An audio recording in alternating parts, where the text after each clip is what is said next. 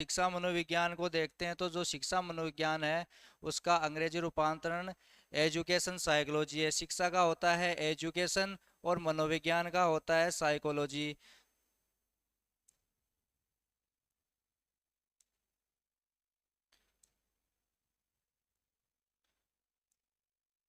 तो जो ये शिक्षा है इसका अंग्रेजी रूपांतरण है एजुकेशन। एजुकेशन का क्या अर्थ होता है?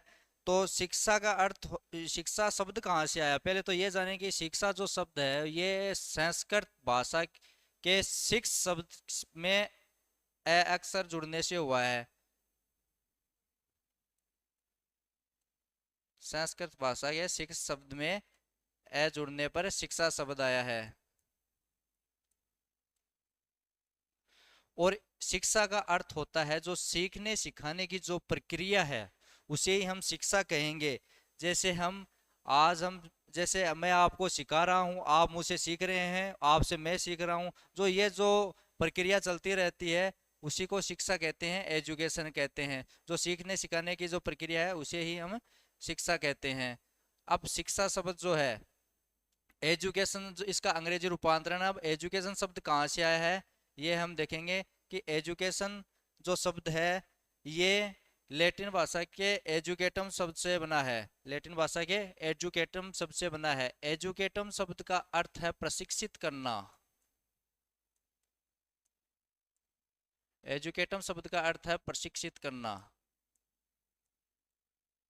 और यह ई प्लस डूको वर्ड और एजुकेयर तथा एडुशियर इन वर्डों से मिलकर बना है। सबसे पहले ई प्लस डूको इस शब्द से बना है जिसका अर्थ है अंदर से बाहर की ओर, जो अपने इंटरनल है अंदर है उस पावर को बाहर की ओर धकेलना।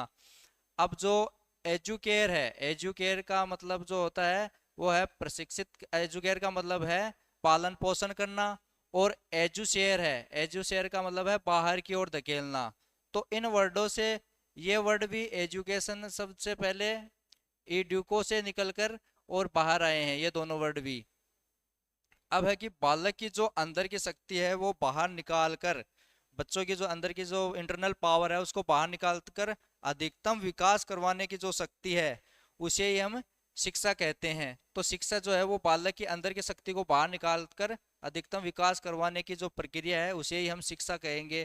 तो अब कहेंगे कि अंदर में कौन सी शक्ति होती है, इंटरनल पावर कौन सी होती है। आपको ये नहीं पता तो इंटरनल पावर में बता देता हूँ कि जो हमारी जो इच्छा है, जैसे अभी आप लैब असिस्टेंट की तैयारी कर रहे हो, यह आपकी इंटरनल पावर है।